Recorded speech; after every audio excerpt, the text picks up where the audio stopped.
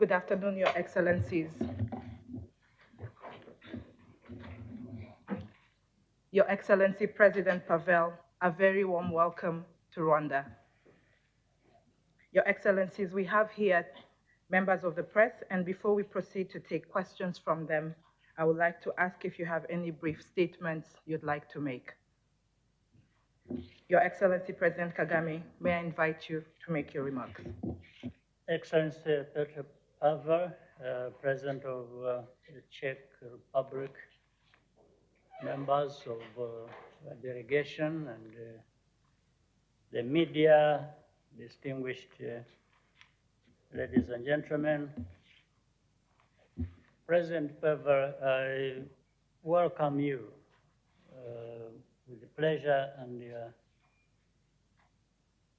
together with your delegation to Rwanda. Once again, I want to thank you for being with us to commemorate the 1994 genocide against the Tutsi.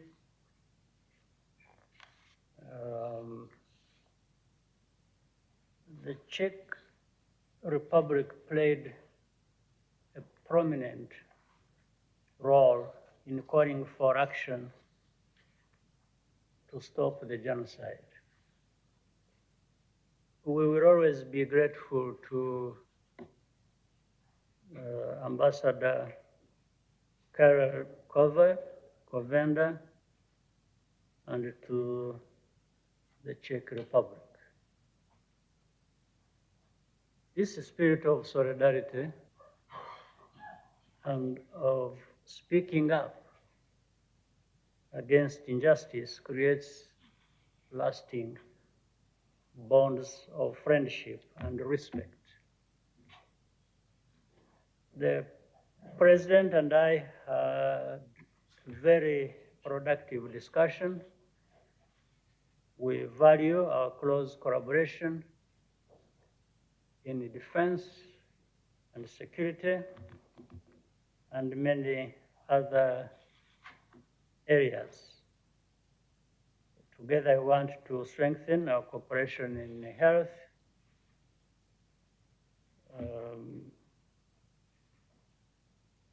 it complements Rwanda's efforts to invest in health infrastructure and our medical workforce.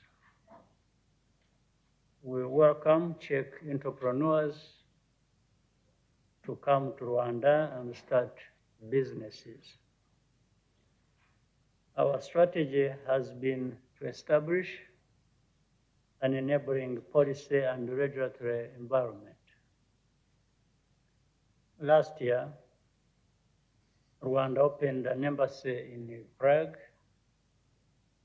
We are confident this will bring us even closer together.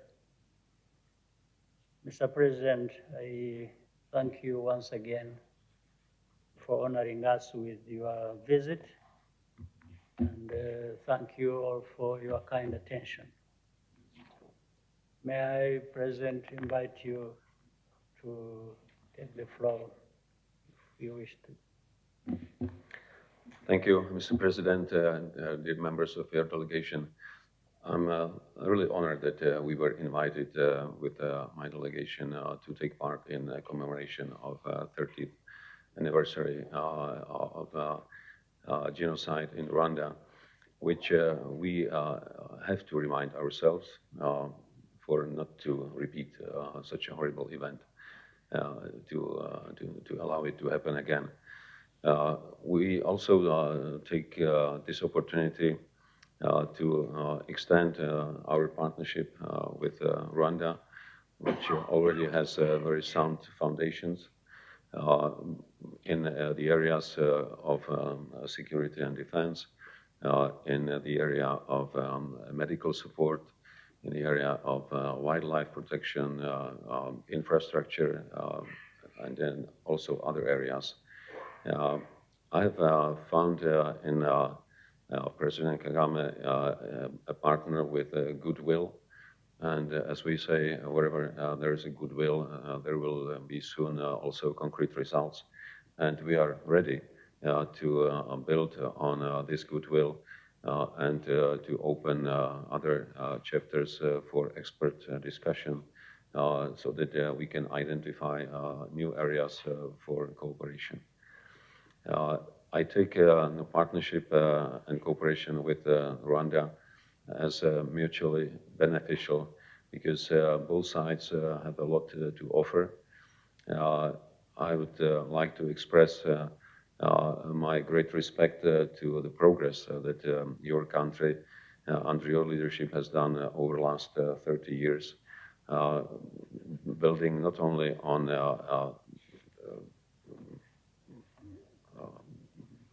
ending hostilities, reconciliation, but also building on new technologies, building on support to innovation, building on support to new approaches to administration.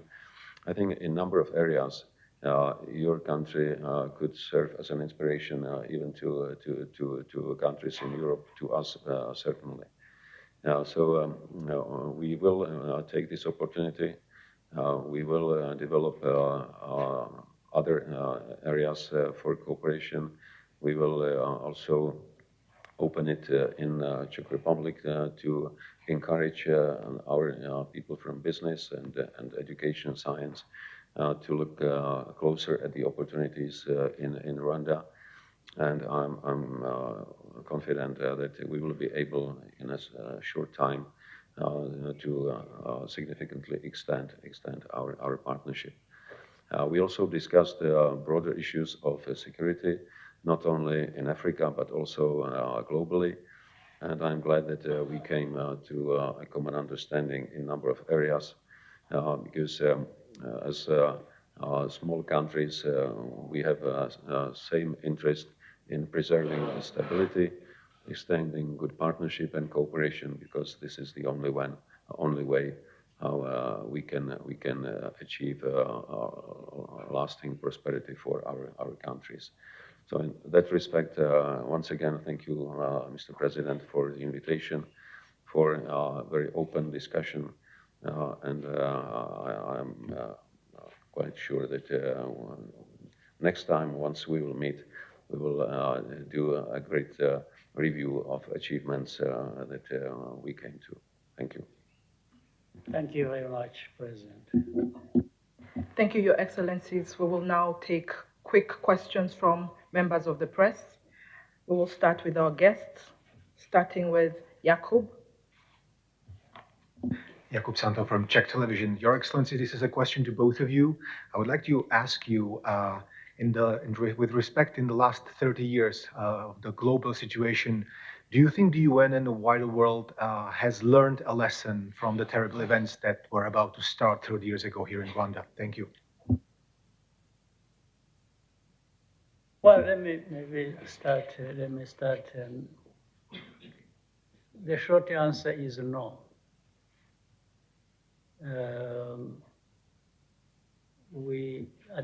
From my standpoint, we see many mistakes being made before and after we have conflict situations and losing people in big numbers, and that bringing destruction of businesses on top of destroying lives. And then going all over again with mistakes that do not end these troubles.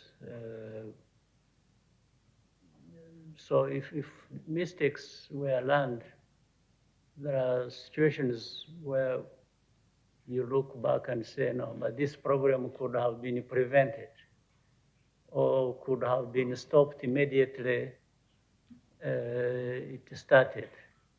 If only there was the will to look at things, looking at the root causes and then fixing that.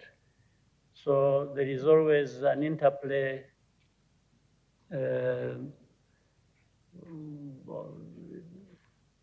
with interest, with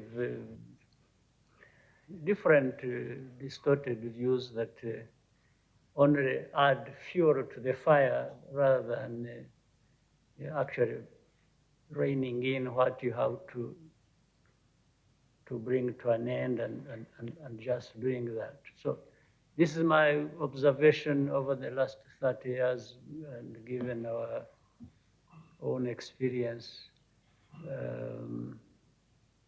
Well, I could give many examples, but I think what I've said maybe says enough. If you wish to. I can only concur with President Kagame because it seems that humanity is very resistant to learning the lessons from their own mistakes. But at the same time, what I see as a progress is growing understanding among a number of nations around the world, quite often of a different opinion on specific issues, but being united in major principles. We have seen that during the last couple of UN General Assemblies, where countries from Latin America, Africa, Asia, Europe agreed on some principles, and this is encouraging. We should seek like-minded partners wherever they are, and try to achieve significant weight to come up with sufficient counterbalance against the big actors if they make mistakes. And I think here we come to an understanding that aggression against sovereign countries should always be condemned, and we should be credible to ourselves and also to the whole world when we protect our actions. And by saying that, I'm also looking into our own camp. The second question will be from Philbert. Thank you, Excellency. My name is Philbert Jinima. I work for EGA. My question, Your Excellency, Rwanda and Czech Republic both went through difficult history. And I would like to ask you, how does this inform the kind of partnership you hope to build between these two countries? And also, is there maybe a room for a different way our two continents to relate? Thank you very much. Yeah, I think there is a lot in the histories of the two countries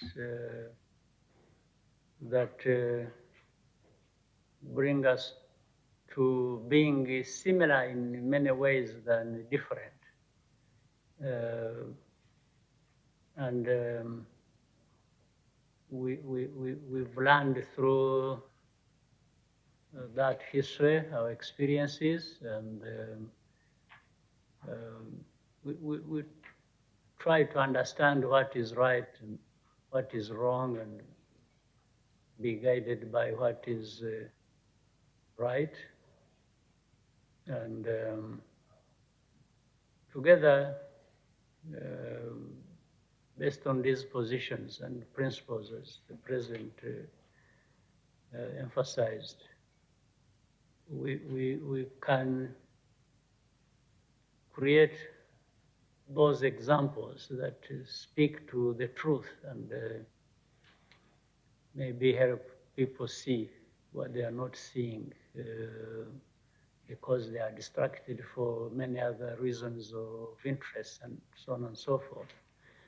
That there are things we can also live by and do, and which will help prevent some of the.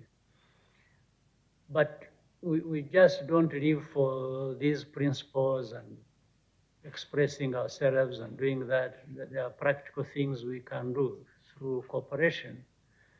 We find there is a lot we can learn from other people's experiences and the capacities they have built over the years to be able to build our own experience, capacities and do things in a real sense, that give results. Because at the end of the day, we are talking about our people. As countries, the Czech Republic, Rwanda, they are not just names. They are people. We are talking about the people in these countries. And these countries, people have aspirations, they have things they want to live by and do and make progress as human beings. So it's a great pleasure for us to identify a good partner like Czech Republic and enable our people to do things together and learn from each other and do business with each other and develop. It's the best thing we can have. And on that, the strength that comes out of it, we can build to achieve other things or to work with others in a wider context to be able to make our own contributions.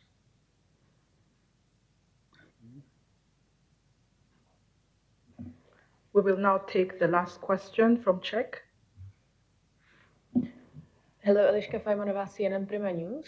I also have a question for both of you, Your Excellencies. I would like to ask about the British Rwanda model and the potential Czech contribution to it, if you've also discussed it, and with what result. Thank you. Can you say again? The British Rwanda model concerning migration. Okay. You wish to say that? You wish to start, and then maybe I will chip in if you... Okay, thank you. First, I would like to appreciate the approach of Rwanda that is not only constructive, but also humanitarian with regard to the refugees. Of course, the process of dealing with the problem where it arises is much better than resolving it once it gets into the further stage. So dealing with all visa procedures in the countries from which the refugees come, or a country that is willing to host such a procedure like Rwanda, is definitely more effective and more human to those refugees. I'm glad that Rwanda is in good contact with the EU, because on the side of the EU, we should be dealing with this issue collectively, not country by country. But we're welcoming it, and I would also like to mention that Czech Republic has decided to support this initiative by donation of €1 million to UNHCR to alleviate the burden on Rwandan visa authorities, and the decision will be taken within a couple of weeks. Thank you. Thank you. I think what we are talking about here, the model is about resolving a problem. There are many models you can use, apply to resolve one problem. You can use different models depending on which one you prefer. It's not just one. But let me quickly give you the understanding of what we've been involved with. We are in the process with the United Kingdom, but it is not the first. In fact, this also came from something else we tried to handle, deal with, together with the partners. It was the situation of Libya, for example. There are a couple of other things we did with other places, but the Libyan example. In Libya, there were people, mainly Africans, going through Libya, intending to cross, or some of them did that, Mediterranean, they crossed the Mediterranean. Some didn't survive, many actually didn't. Others continued crossing. Then many more got stuck in Libya with the situation that developed there, as you know, the conflict or the terrible situation that happened in Libya. So in 2018, I happened to be the chair of the African Union.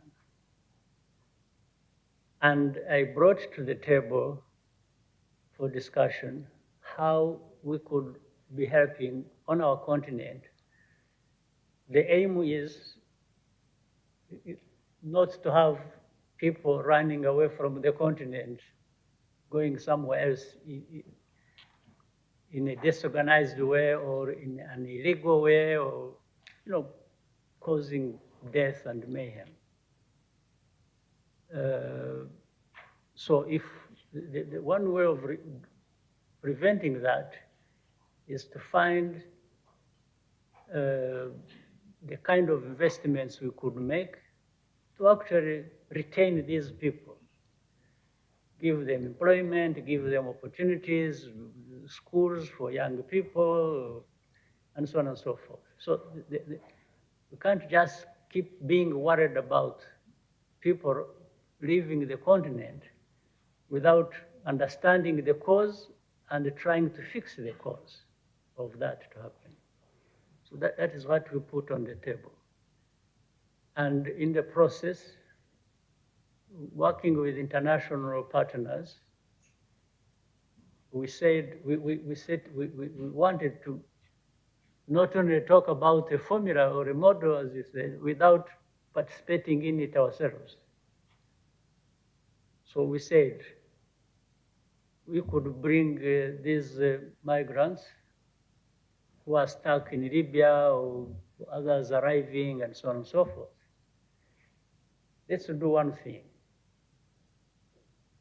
We said Rwanda offers that they could be brought here. Being brought here means to be processed or to be taken through a process that can address the problem, instead of being stuck in Libya or crossing Mediterranean and perishing there. 3 things we proposed. Said if you bring them here, certainly we shall provide a better environment than they are facing in this chaos in Libya, to begin with. Second, in another fashion, if there are countries that want to take in their countries these people, or some of them, the UNHCR, the IOM, they could then, in another fashion, process. If country X in Europe can take 10 or 100 or 200, process it properly, and then they are taken there. The second would be, among these people, if there are those who discovered they made a mistake of rushing into Libya, wanting to cross, and now are tired and want to go back home, to be taken back home, then they will also be processed and taken back home in another fashion. The third category would be, there will be those who don't find people to take them to Europe, for example, or they don't want to go back home. We even offered, they said, they can stay here until they find what to do or where to go. But when they are in a safe environment, because Libya, where they were, there was no safe environment. That's what we offered, that's what we did, and so far we have processed with UNHCR and other institutions, we have processed over 2,000 people. They've been brought here, the UNHCR helped, they bring them, they charter planes, they ferry them to this place, and we have prepared a place where they stay for as long as that is necessary. So, and this has worked on a small scale, of course. So this is what the UK got to know about and approached us to say, can we have so many people coming in a very, most of them illegally, others in a very bad way, or whatever it was. There are even human traffickers who smuggle people into countries. So I think learning from this, we agreed we could still have another way of doing things. But this time, the people that are being sorted out, in most cases, are already in the UK. So really, most of the things that have to be done are with the United Kingdom. For us, we are just participants and offering this facility.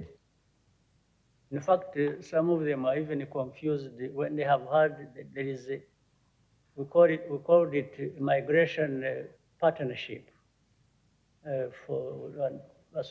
also associated with development. The one thing we did, we say, okay, for us, we are a small country, we have no resources.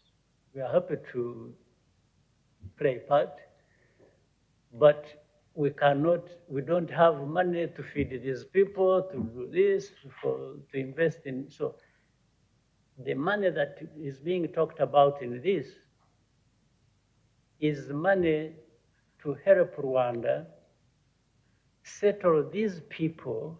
In fact, the UK would look after these people, but in a wider context, develop the environment, meaning they contribute, as they have done even before, to the development of Rwanda to be able to carry this burden. This is what it is. So if this model works for any other person, or for us, as you have seen, you bring people here, but you must foot the bill of their stay here. For us, we're offering, they don't have to pay for oxygen, which they breathe when they are around here. There are things they don't have to pay for, and they don't even pay for security, which we provide our own citizens. But in terms of livelihood, we are not a country with resources to do this kind of work, looking after people who are in this state, because we already have limited resources to look after our own people. So I've probably given you a very long explanation, but this is what it is. Yeah. We thank you, Your Excellencies, for your valuable time with us today. Our session here has come to an end, and allow me on behalf of the media to wish you all a good day. Thank you. Yeah. Thank you.